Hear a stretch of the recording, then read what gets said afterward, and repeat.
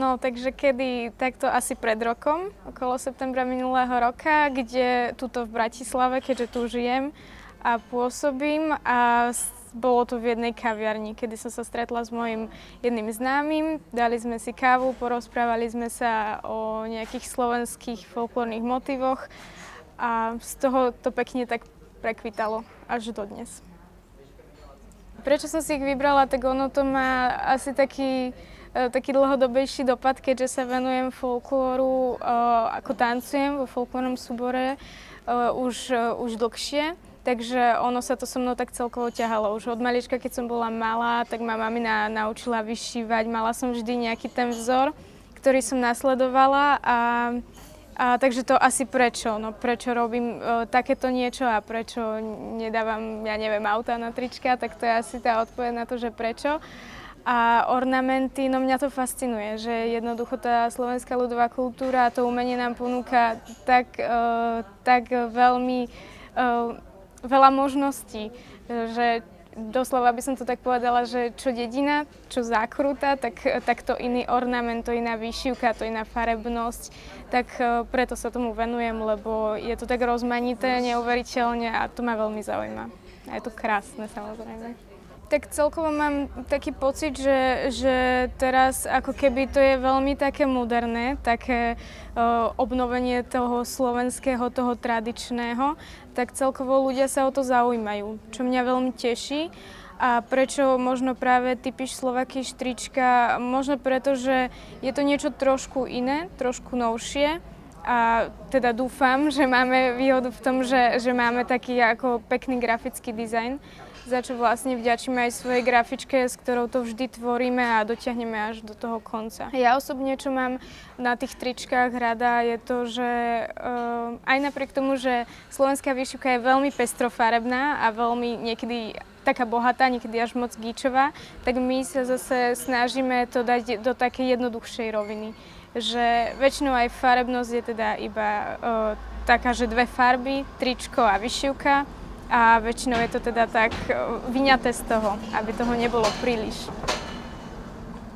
No to je asi taká veľmi bežná otázka a ja popravde určite plánujem viac a ísť ďalej, ale nechcem sa nad tým ani nejak extrémne zamýšľať, že teraz si poviem nejaké, že tak šaty a budú to šaty. Som si to skôr tak povedala, že to pôjde tak spontánne. Ak sa jedného dňa zobudím a poviem si, že toto by bolo strašne dobré, tak asi to by som urobila. Samozrejme plánujem aj iné, len to chce čas. A prečo som začala puchovom a detvou? Ten puchov to bolo také úplne, že tiež spontánne a možno práve preto, že nikdy som sa do tejto oblasti ani veľmi nevyznala, ani čo sa týka nejakých tancov, piesní, som veľmi tento región nepoznala, tak ma to tak začalo zaujímať, začala som o tom viacej študovať a zistila som, že aj tie kroje sú nádherné, sú pestrofarebné a že majú čo ponúknuť napriek tomu, že to nie je až tak atraktívna oblasť, ako keď sa povie, že čičmany, to pozná si každý. Takže preto Púchov a myslím si, že teda vznikol z toho celkom vydarený kúsok. A detva Podpolanie všeobecne preto, lebo mňa veľmi fascinuje vyšívka krivou ihlou. Je to môj najobľúbenejší steh, kto ma pozná vie, že keď vyšívam tak. A je to, preto som sa aj snažila, aby to bolo na tých tričkách, možno vidno aj tuto, ako je to zachytené, aby bolo vidno aj na tom tričku pekne tá štruktúra tej reťazky. A to je pre tú detvu veľmi špecifické a to som chcela nejak tak zväčšniť na tom tričku. Tak to je samozrejme, že stála predajňa je sen asi každého takéhoto predajcu. Tak zatiaľ fungujeme na e-shope a je to náš akože taký najbližší a asi najväčší cieľ, aby sme mohli mať trička tak pekne dostupné pre ľudí a mať tam prípadne nejakú kanceláriu a tak sa tomu venovať. No, ono ako dlho trvá vyrobiť, to nestojí tak celkom iba na mne, lebo mňa keď kopne múza, tak ja to proste načarbem za chvíľu, aj sa rozhodnem čo a ako.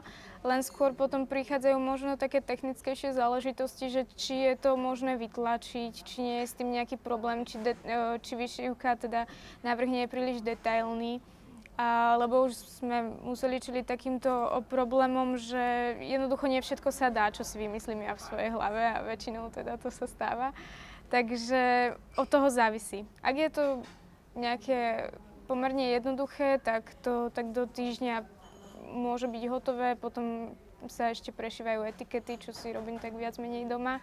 A potom závisí od toho, že treba nafotiť to tričko, dať to na stránku, takže tam zase tá technická stránka trvá nejaký čas. Ale tak do takého mesiaca zhruba určite by sa to dalo stihnúť. Mne sa stáva to, že som úplne v najnevhodnejšej situácii, na najnevhodnejšom mieste a zrazu mi to príde, že toto. A častokrát si ani to nemám kde zapísať, ani kde si to nemám zakresliť, alebo si to nezakreslím, nezapíšem, potom si to nezapamätám, takže je to naozaj také spontánne. Ale keď, tak samozrejme asi doma sa mi pracuje najlepšie, lebo tam mám taký ten svoj pelech, ten svoj pokoj okolo stola, tam mám veľa kníh, ktoré stále prelistúvam a hrábem sa na internete veľmi veľa a vyťahujem nejaké staré handry. V prípade kroje, keď môžem ísť na krojáren, tak tam tie vyšívky pozerám, študujem a veľa sa radím s mojimi blízkymi. Takže musím mať takéto svoje domácké prostredie asi. Toto je veľmi ťažká otázka, lebo asi nedokážem odpovedať konkrétne. Ale povedala by som možno tak, že celkovo to prostredie, v ktorom sa pohybujem.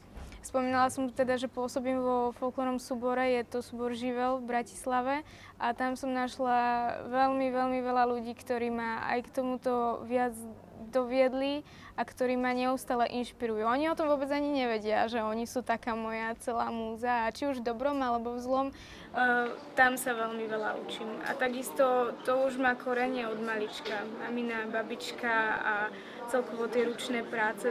Ako si to tak postupne rastlo, takže si myslím, že je to také prirodzené.